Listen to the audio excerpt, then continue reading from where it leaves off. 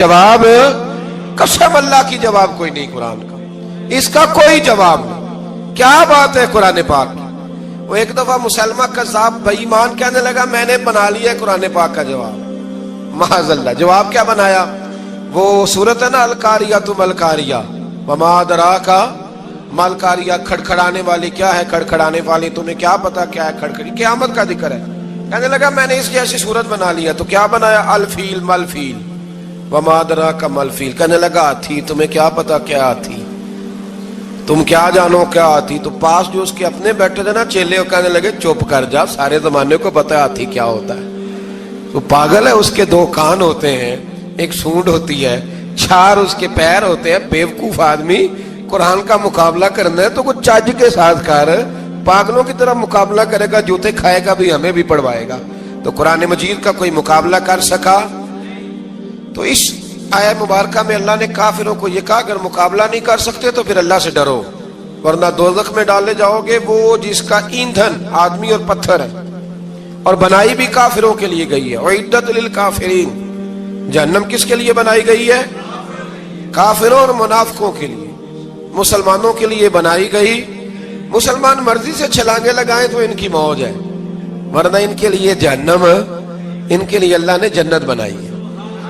اور یہ بات کرتے ہی رب کریم نے فرمایا اے محبوب علیہ الصلوۃ والسلام، مومنوں کو خوشخبری دے دیں کہ اللہ نے ان کے لیے جنت بنائی ہے، اس میں باغات ہیں، انہیں رزق دیا جائے گا کھانے کے لیے، اور اس میں انہیں پاکیزہ بیویاں دی جائیں گی، اور پھر وہ اس میں ہمیشہ رہیں گے، انہیں اس سے نکالا نہیں جائے گا۔ آگے جو آیات کریمہ ہے نا، اس کے اندر اللہ تبارک و تعالیٰ نے فرمایا ہے کہ اللہ حیا نہیں کرتا سمجھانے کے لیے مچھر کی مثال بھی دینی پڑے۔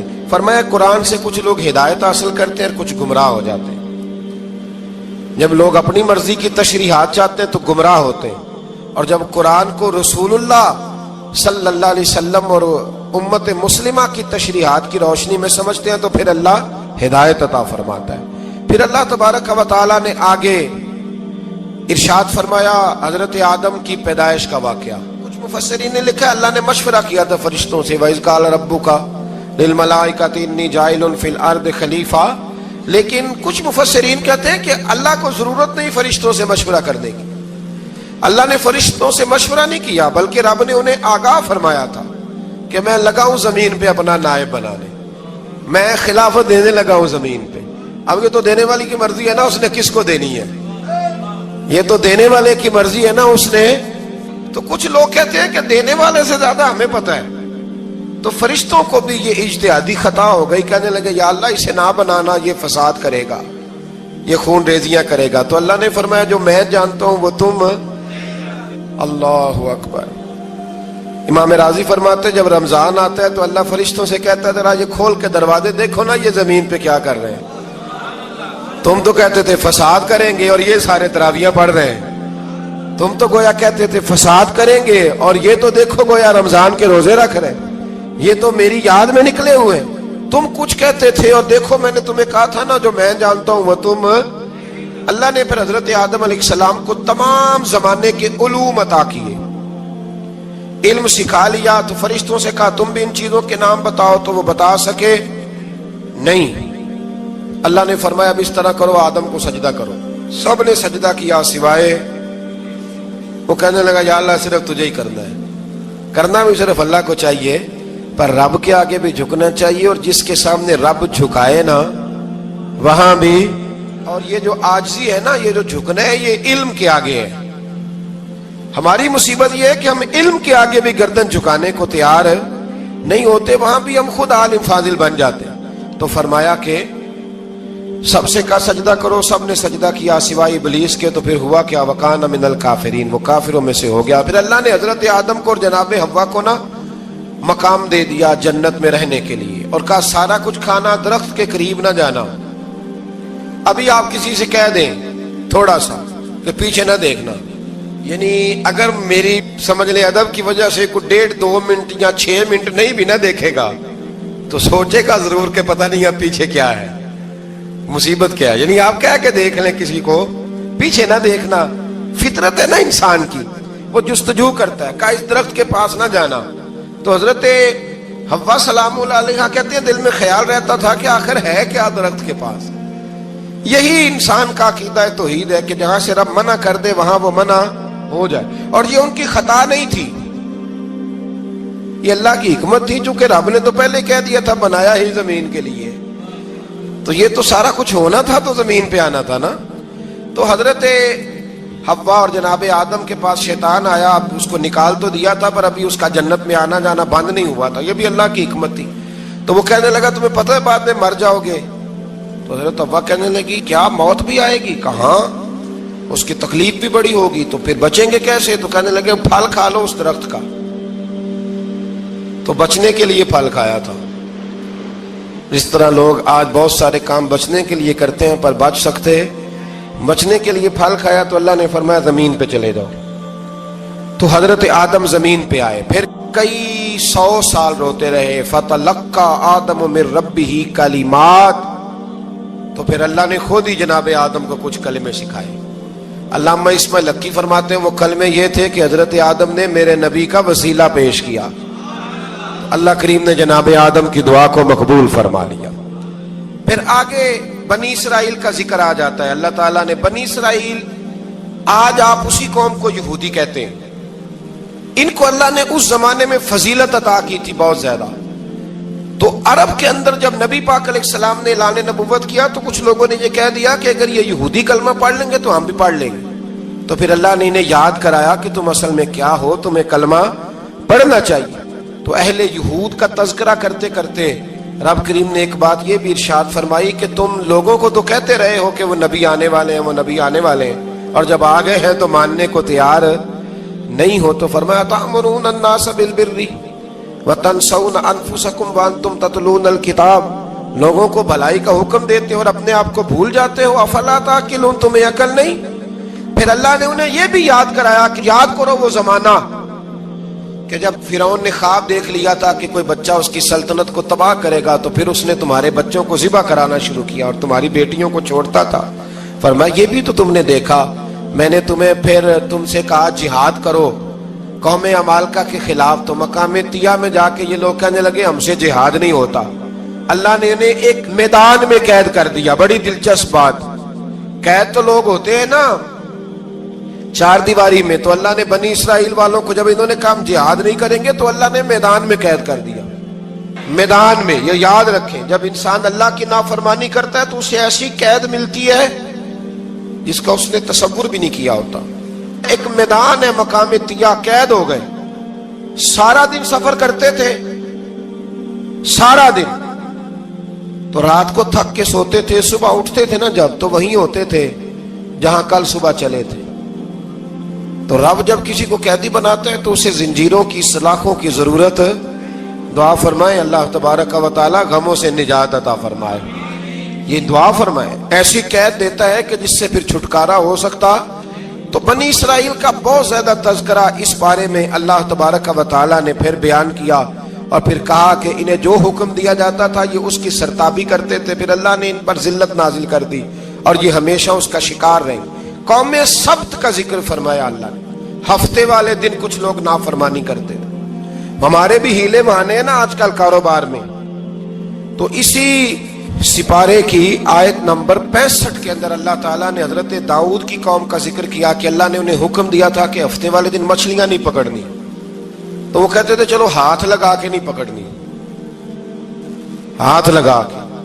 وہ ہمارے لوگ ہیلے بہانے تلاش کر لیتے ہیں نا, وہ بڑے جناب انشورنس والا آ گیا, اب وہ بینک والا آ گیا, وہ فلانے صاحب آ گئے, وہ تروڑ مروڑ کے کہانیاں باتیں, اور پھر ہمیں بھی رستے مل جاتے ہیں بچنے کے. مفتی صاحب نے کہہ دیا تھا ایک مولانا سے میں نے ان کو کہا ہفتے والے دن مچھلیاں نہیں پکڑنے کا, نہیں پکڑتے, چھوٹے چھوٹے حوض بنا لیے.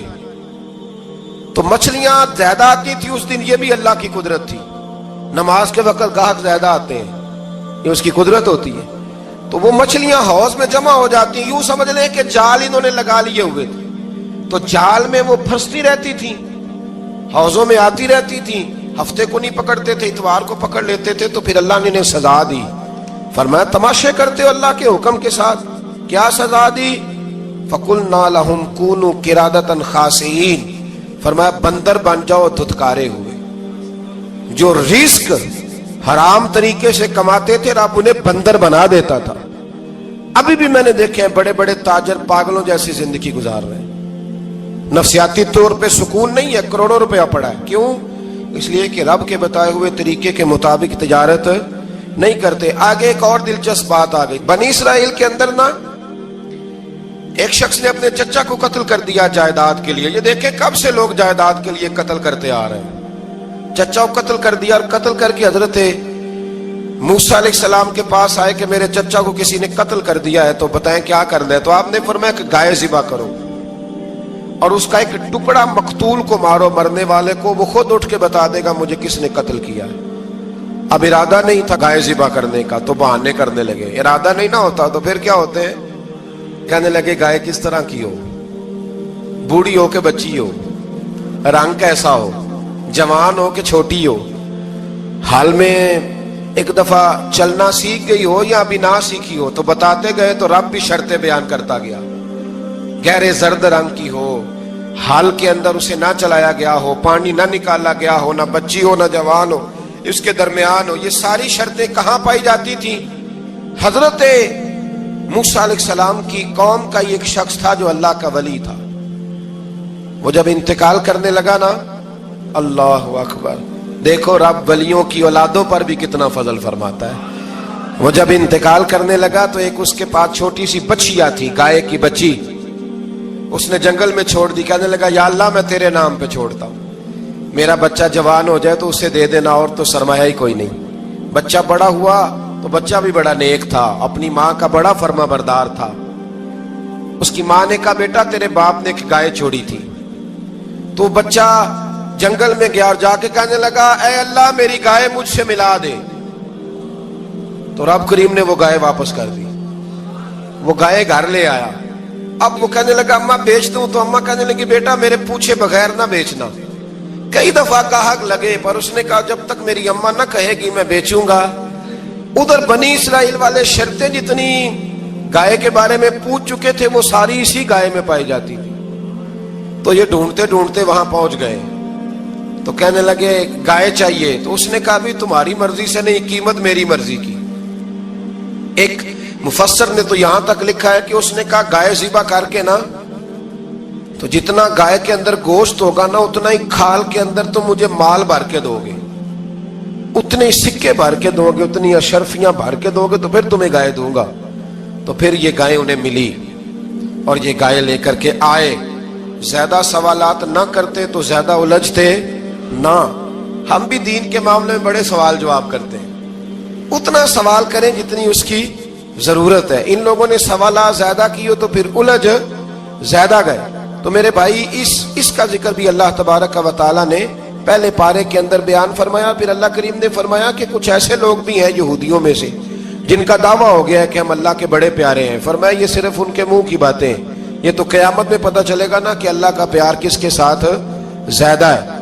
اور پھر یہ بھی یہودیوں نے دعویٰ کیا ہے, اسی پارے میں اللہ فرماتے ہیں کہ ان کا دعویٰ ہے کہ ہم اللہ کے بڑے پیارے ہیں, جنت میں ہم ہی جائیں گے. تو اللہ فرماتے ہیں پھر مرنے کی دعا تو کرو, جنت میں تو مر کے جانا ہے نا.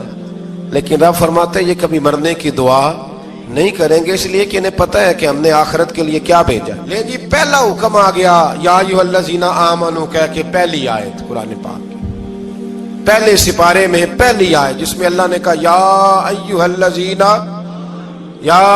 الذین آمنوا. تو پہلا حکم آمنوا کہہ کے آیت نمبر 104 میں جو اللہ نے حکم دیا ہے نا وہ نبی پاک کی تعظیم کا حکم ہے. پہلا حکم ہی اللہ نے حضور کی عزت اور ناموس کا ارشاد فرمایا.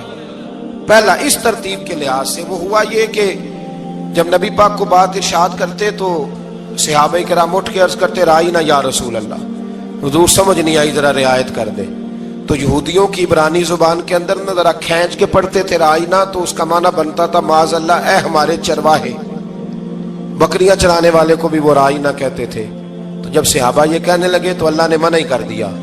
فرمایا میرے محبوب کے غلاموں اس لفظ کے پیچھے چھپ کے, اس لفظ کے پیچھے چھپ کے لوگ میرے نبی کی بے ادبی کر جاتے ہیں. تو جس لفظ کا کوئی ایک معنی بے ادبی والا بنتا ہو وہ لفظ بھی میرے نبی کے لیے نہ کہو. لفظ وہ والے کہو جس میں کوئی بے ادبی کا معنی نکلے نہ. یہاں لوگوں نے بڑے بڑے لفظ نہیں بول دیے پھر کہتے میرا مطلب یہ تھا میرا مطلب وہ تھا. تو تو نے وہ لفظ بولا کیوں جس کا کوئی غلط مطلب بھی نکل سکتا تھا؟ اللہ نے فرمایا یا ایھا الذین آمنوا لا تقولوا رائنا، اے ایمان والو رائنا کہو ہی نہ. تو یا اللہ کیا کہیں؟ فرمایا وقولوا انظرنا، تم کہو یا رسول اللہ ایک نظر فرمائیے. انداز دیکھیے انظرنا ایک نظر. تو ہمارے بزرگ تو پہلے ہی بڑے پیار والوں نے کہہ دیا یا رسول اللہ انظر حالنا. کہتے کہاں سے لاتے ہو جملے؟ میں نے کہا اللہ کی کتاب سے. یا رسول اللہ انظر حالنا یا حبیب اللہ اسمع قالا. تو تم کہو انظرنا، محبوب نظر کرم کرے، واسمعوا، اور کیا ضرورت ہے دوبارہ پوچھنے کی؟ اللہ کہتا ہے پہلے ہی دھیان سے سنا کرو، پہلے ہی واسمعوا، پہلے ہی احتیاط سے سنو. وللکافرین عذاب علیم، اور کافروں کے لیے دردناک عذاب ہے. لے جی اسی پارے میں اللہ تبارک و تعالیٰ نے پھر اہل یہود کا ذکر کیا. تو یہود کہنے لگے کہ ہم حضرت ابراہیم کے ماننے والے ہیں. تو اللہ کریم نے وہ بھی ذکر کیا کہ میں نے تو ابراہیم کو آزمایا ہے. وَإِذِ ابْتَلَىٰ إِبْرَاهِيمَ رَبُّهُ بِكَلِمَاتٍ فَأَتَمَّهُنَّ، ہم نے ابراہیم کو کچھ چیزوں سے آزمایا ہے، وہ ہماری آزمائش پہ پورے اترے. قَالَ إِنِّي جَاعِلُكَ لِلنَّاسِ إِمَامًا، تو پھر ہم نے انہیں کہا کہ ہم آپ کو پوری دنیا کا امام بنائیں گے. وہ آزمائش کیا تھی؟ آگ میں جانا بھی آزمائش، بیٹے کا نہ ہونا بھی آزمائش، بیٹا ہوا تو پھر اسے وادی غیر ذی زرع ان میں چھوڑ کے آنا بھی آزمائش، بڑا ہوا تو پھر ذبح کرنا بھی آزمائش. فرمایا جہاں جہاں آزمایا ہے نا ابراہیم ہماری آزمائش میں پورے اترے. فرمایا تو مفت میں حضرت ابراہیم کی اولاد بنتے ہو اور ان کا نام لیتے اور ان کے ساتھ اپنا تعلق بناتے ہو، دیکھو تو صحیح وہ کتنی آزمائشوں سے گزرے. تو اس کا بھی اللہ نے اسی میں ذکر فرمایا. اور پھر وہ بات کرتے تھے حضرت یعقوب کی اور حضرت اسحاق کی. تو فرمایا وہ تو ہمارے اتنے خاص بندے تھے کہ وصال کے وقت بھی انہوں نے اپنی اولادوں کو نصیحت فرمائی تھی کہ اللہ کی توحید پہ قائم رہنا. اس کا ذکر بھی اللہ نے اسی پارے میں بیان فرمایا. اور جو حضرت ابراہیم اور جناب اسماعیل نے کعبہ تعمیر کیا تو اس کا ذکر بھی اللہ تعالیٰ نے اسی بارے میں فرمایا. اور فرمایا جب وہ کعبہ بنا رہے تھے تو کہہ رہے تھے ربنا تقبل منا، کہہ رہے تھے اے اللہ بنا ہم نے دیا ہے پر مہربانی فرما ہم سے قبول فرما لے.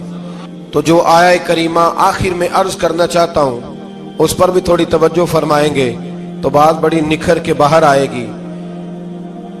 یہ 16ویں رکوع کے اندر اللہ نے پھر یہود کا اور عیسائیت کا ذکر فرمایا. تو اللہ کریم نے ایک بات ارشاد فرمائی. یہودیوں کے ہاں جب کوئی بچہ پیدا ہوتا تھا پیلے رنگ کے ساتھ اس کو رنگتے تھے، یا کوئی خاص رنگ تھا ان کا، بچہ پیدا ہوتا تو اس پر وہ رنگ چڑھاتے کہ یہ جی ہمارے مذہب کا رنگ ہے. ہمارے ہاں بھی رسمیں ہیں نا اپنی اپنی، معاذ اللہ اپنی اپنی نہیں ہونی چاہیے، اللہ رسول کا حکم ہونا چاہیے. تو یہودیوں کے ہاں بچہ پیدا ہوتا تو ایک خاص رنگ چڑھاتے، عیسائیوں کے ہاں پیدا ہوتا تو وہ بھی ایک خاص رنگ چڑھاتے. تو مسلمانوں کے ہاں بچے پیدا ہوئے تو انہوں نے بھی توجہ کی کہ یہ کیا ہو رہا ہے. تو رب کریم نے فرمایا صبغۃ اللہ، رنگ اللہ کا ہی ہے. ومن احسن من اللہ صبغہ، اور فرمایا اللہ کے رنگ سے زیادہ خوبصورت کس کا رنگ ہو سکتا ہے. اللہ کا رنگ کیا ہے؟ لا الہ الا اللہ محمد الرسول اللہ صلی اللہ علیہ. فرمایا نیلے پیلے کالے رنگ نہ چڑھاؤ، اپنے ذہن پر توحید و رسالت کا رنگ چڑھاؤ. یہ سب سے بہترین رنگ ہے. اگر تمہارے ذہنوں پر رب رسول کی توحید کا رنگ چڑھ گیا تو یہ وہ والا رنگ ہے، پھر تمہیں کسی اور رنگ کی طرف جانے کی ضرورت نہیں پڑے گی. تو فرمایا رنگ وہ پیدا کرو جو توحید کا ہے، رسالت کا ہے، اس رنگ کی توجہ کرو. قرآن مجید کے اس پارے میں اللہ کریم نے مختلف باتیں بیان کر کے آخری رکوع میں یہ جو رنگ کا ذکر فرمایا نا تو یہ لگتا ہے پورے پارے کا خلاصہ ہے کہ رب کریم نے فرمایا اصل بات یہ ہے کہ تمہاری سوچوں پہ رب رسول کی توحید و رسالت کا رنگ ہونا چاہیے. ہر وقت بچہ پیدا ہو کو دنیا سے جائے تو رنگ کس کا ہونا چاہیے؟ اللہ رسول کے دین کا. اللہ تعالی ہمیں سمجھنے کی توفیق عطا فرمائے. آخر دعوانا ان الحمدللہ.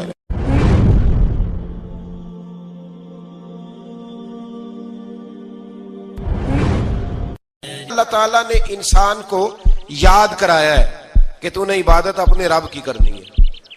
اور فرمایا رب تمہارا وہ ہے جس نے تمہارے لیے زمین کو فرش بنایا ہے، آسمان کو چھت بنایا ہے، اور آسمان سے پانی برسا کے تو زمین سے پھل اگائے ہیں، رزق لکم، وہ بھی تیرے کھانے کے لیے اگائے ہیں۔ وہ جو آسمان سے بارش برسا کے زمین سے سبز اور پھل اگائے ہیں تو وہ بھی تیرے لیے۔ جب سارا کچھ تیرے لیے بنایا تو بھی تو عبادت کرنا اپنے رب کی، پھر کسی کو اس کا شریک نہ ٹھہرا۔ ایک چیلنج بھی کیا قرآن مجید نے اس رکوع کے اندر،